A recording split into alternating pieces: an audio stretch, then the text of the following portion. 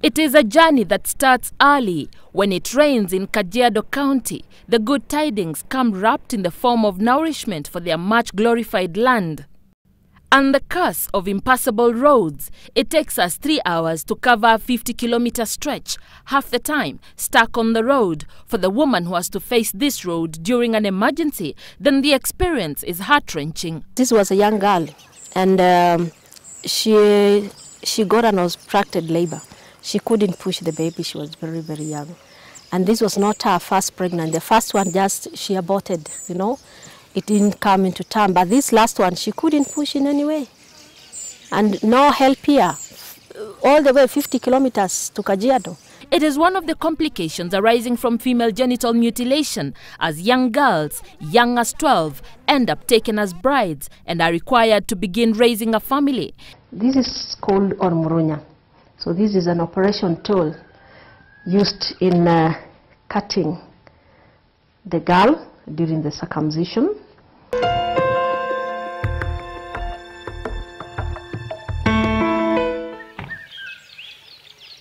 This is Orkielamuni, translated, and means the home of the white rhino, tucked deep in the plains of Kajiado County. I am a mother of 3 boys. My firstborn son is 17 years, the second one is 10, and my smallest born is 5 years now. And they are sweet babies. I love them. And I'm married. My husband is the Speaker of Kajiado County. Her day starts here for the time she's in the village.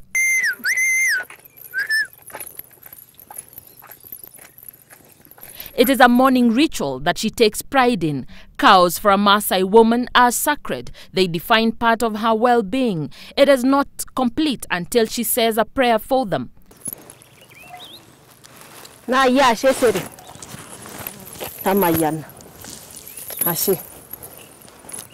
A prayer that these cows shall bring more milk to this homestead.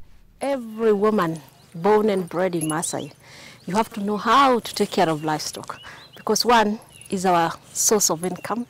So when I did the blessing in the morning using the milk, is one of the beautiful rituals, just to say thank you, God, for giving me today and for giving me a cow and for giving me food for the day.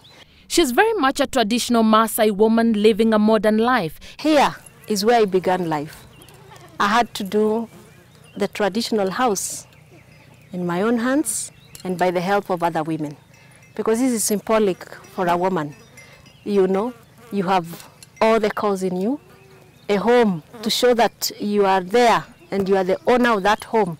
It is not lost on us the irony of a woman who adores her culture, lives it, and is tirelessly fighting to end an age-old practice in this same community. Her fight against FGM started a long time ago. As a child, she declined to undergo the cut, and with the support of her father, she escaped the circumciser's knife. It's a ritual. It's a cult, you know. It is changing the attitude and perception of people. You know, Mawale, they can't believe that you don't sit on that skin and shed blood. And, you know, the question is always, when I tell them stop it, they say, then what will women become? So I say they will just be women of high integrity, beautiful women. The statistics are staggering. Over 9 million women, according to the Ministry of Public Service, Youth and Gender, have undergone female genital mutilation in Kenya, in Kajiado County. More than 85% of the women have faced the circumciser's knife, and more are at risk. The stigma for those who choose not to be circumcised is an everyday reality. Well, they have the traditional name that they name you when somebody calls you Entabai, because you have not gone through it. They call you Kirego in Kikuyu. So there are those stigmatizations, you know, they will tell you that. But, you know, those are words which are said. But that's not what I believe. And they don't stick, but you hear them and you let it go and you press on towards that. It is not just the violation to a woman's body. FGM comes with other responsibilities, weaning a woman from childhood to adulthood, sometimes in total disregard of age. The world has changed today.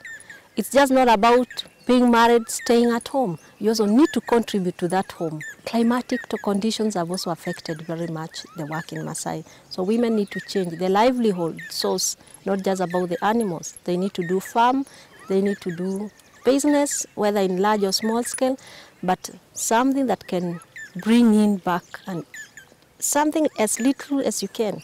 In 2014, in a bold and unexpected move, hundreds of women gathered in Kajiado demanding to be allowed to continue practicing FGM. Two meetings stood out. One where men were not welcome. After all, FGM remains very much a women's affair in the Maasai community. Those who tried to intervene, elective posts notwithstanding, were met with sheer violence. Another meeting that I was assigned to cover was held, this time with local leaders invited. The men sat as the women spoke. They wanted to practice FGM, regardless of the law passed in 2011 outlawing the practice. It was egg on the face of those who had been traversing this semi-arid area, preaching the need to do away with the harmful cut. I remember seeing you in that meeting. Yes, I wonder what was crossing your mind, because there were like hundreds of women. Yes. One thing, Mawade, that I was very happy about is to see the multitude of women coming. Then I realized, wow, awareness is raised very high. Now they know there is a law that says no FGM in this country. The other thing, I was happy to see the government defending the law. Ebi Sapuk, a mother of three, was one of the women who wanted to be allowed to practice FGM. Parmuat was distraught but re-energized. It is women like Ebi she needed to work closely with. They would be the advocates of change if she managed to reach out to them.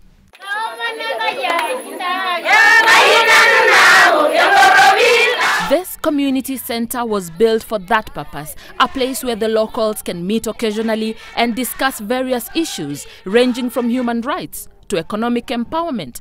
On the day we visit, Ebi Sapuk is here too, this time not as a supporter of FGM. Hatukuwa tunajua madhara, lakini saa hii tumejua madhara. Wamama wanazaa kwa ugumu, wanamwaga damu, sasa tumejua madhara. Every first Thursday of the month, one of the members walks away richer than she came here, thanks to table banking. Parmuat argues that emancipating the community from the harmful cut has many approaches. Social, cultural, and economic empowerment are all crucial pillars.